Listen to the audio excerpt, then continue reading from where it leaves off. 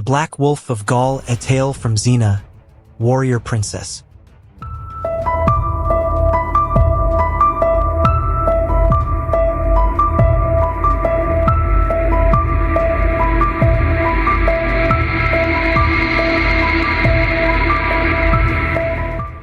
In the shifting twilight of a war-torn land, where the scent of rebellion clung to the wind like the memory of fire, there echoed a name feared and revered in equal measure. Xena, the warrior princess. Her legend traveled faster than horses, painting stories across villages and cities. Some truths, others twisted myths. Once a ruthless warlord, now a force of justice, she walked between redemption and retribution, wielding a blade as sharp as her resolve. It was during one of her solitary journeys through the rugged terrains of ancient Gaul that she encountered the whisper of a name even the Roman legions dared not speak aloud. The Black Wolf. The tale of the Black Wolf had grown like an underground root, hidden yet strong. In occupied villages where Roman banners flapped against crumbling stone, hope had withered. But from within the dungeons of a Roman fortress carved into the cliffs of the coast, resistance thrived in secret. Rumors spoke of a rebel leader imprisoned within, a woman whose identity was known only to a few, her cause burning brighter than any torch. She had been caged, but her spirit roamed free, inspiring others to rally and rise. She was known simply as the Black Wolf. Xena, ever drawn to the scent of injustice like a hawk to movement, arrived in the coastal town of Gallus where Roman presence choked the life from its cobblestone streets. Eyes avoided contact, children played in silence, and every shadow trembled with the knowledge that betrayal walked beside them. Xena understood the language of fear well. It had once been her native tongue. She needed no invitation to involve herself. Like a storm breaking over parched land, she entered the town, cloaked in the guise of a wanderer. Yet even in stillness, her presence stirred attention. There, in the echo of the tavern's hearth, she heard the names whispered by ex-soldiers and rebels in hiding. The Black Wolf, they said, had been betrayed and thrown into the fortress prison under the command of Governor Mezentius, a Roman tyrant infamous for his love of power and his disdain for mercy. What the Romans did not know, what Xena suspected, was that the Black Wolf's capture had not extinguished the fire. Rather, it had scattered embers across the town, creating a hidden network of rebels still loyal to their unseen leader. If the head of the wolf was imprisoned, its heart still beat among the people. The question was not whether they would rise, it was when. With the cunning of a fox and the grace of a blade mid-swing, Xena orchestrated her own arrest. Under the guise of a thief and mercenary, she ensured her path led into the very belly of the beast, the prison itself. The walls of the fortress, thick and wet with centuries of rot, had witnessed the cries of men broken by chains. But they had not yet met Xena. Inside the prison, the world shifted into whispers and clinks of shackles. The air was damp, thick with mold and desperation. Prisoners watched her with guarded eyes, weighed down by more than manacles. But she wasn't there for them. Not yet. It wasn't long before she found the Black Wolf, or rather, a Black Wolf. The rebellion had been clever.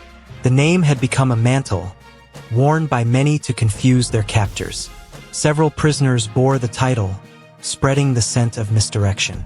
But beneath the layers of lies, Xena saw through the veil. It was not muscle or violence that marked the true leader, but presence. The real Black Wolf was a woman named Flora. Young, sharp-eyed, and with a quiet strength that silenced rooms more effectively than chains. Flora had once been a friend of Gabriel, the bard who often accompanied Xena. That bond mattered. It stitched the lines of loyalty tighter. Flora had been caught rallying her people, refusing to give up names, enduring torture with unwavering resolve. But despite her bravery, she had no plan for escape, and Mezentius had grown tired of her resilience. Her execution, it was said, would be public and brutal. He believed killing her would crush the rebellion for good. Xena, however, had never placed faith in brute force. She knew that symbols, once born, did not die with bodies. They lived on, louder than screams, stronger than steel. Over days that passed like the slow sharpening of a blade, Xena maneuvered within the prison's undercurrents. She sowed whispers, earned trust, and pieced together a map of loyalties and weaknesses. The guards had routines. The fortress had forgotten corridors. And the prisoners, though broken, still remembered how to dream of freedom. On the eve of Flora's execution, the rebellion moved. Not with fanfare, not with noise, but with the silent precision of a striking serpent. Xena led the charge from within. A stolen key, a distracted guard, a tunnel hidden beneath crates of rotting grain. Each step had been carved through patience and resolve. Steel clashed with steel only briefly, for when chaos began, the plan was already in motion. The prisoners, guided by the phantom of the Black Wolf and the blade of the warrior princess, surged like a tide. Some fell, most rose. Xena fought like a goddess of vengeance, her chakram slicing through torches and bonds alike. Flora, though unarmed, led her people with fire in her eyes, commanding with the quiet confidence of someone who knew sacrifice. By dawn, the prison was empty. Governor Mezentius would awaken to find his cells deserted, his guards humiliated, and his power fractured. The Black Wolf had vanished into the forest, her legend reborn tenfold. And with her rode Xena, fading into the morning mist like a ghost of justice. In time, songs would be sung of the night the wolf ran free and the Roman chains were shattered. They would speak of a woman with fire in her soul and another with vengeance in her bones. One led the people, the other inspired them. Together, they became more than names, they became a promise. The Black Wolf continued her fight in the shadows, always moving, always leading. Xena moved on as she always did, her path endless, her burden heavy. But she left behind a spark in Gaul that no army could smother. Because once justice has tasted freedom, it never sleeps again.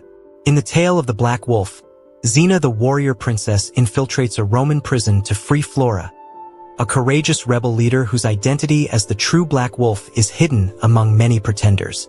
Through cunning strategy and fierce resolve, Xena sparks a prison uprising that liberates the captives and reignites the flame of resistance against Roman tyranny. Though Xena vanishes into the mist, her actions empower a movement and prove that even in the darkest dungeons, hope can rise when courage finds its voice.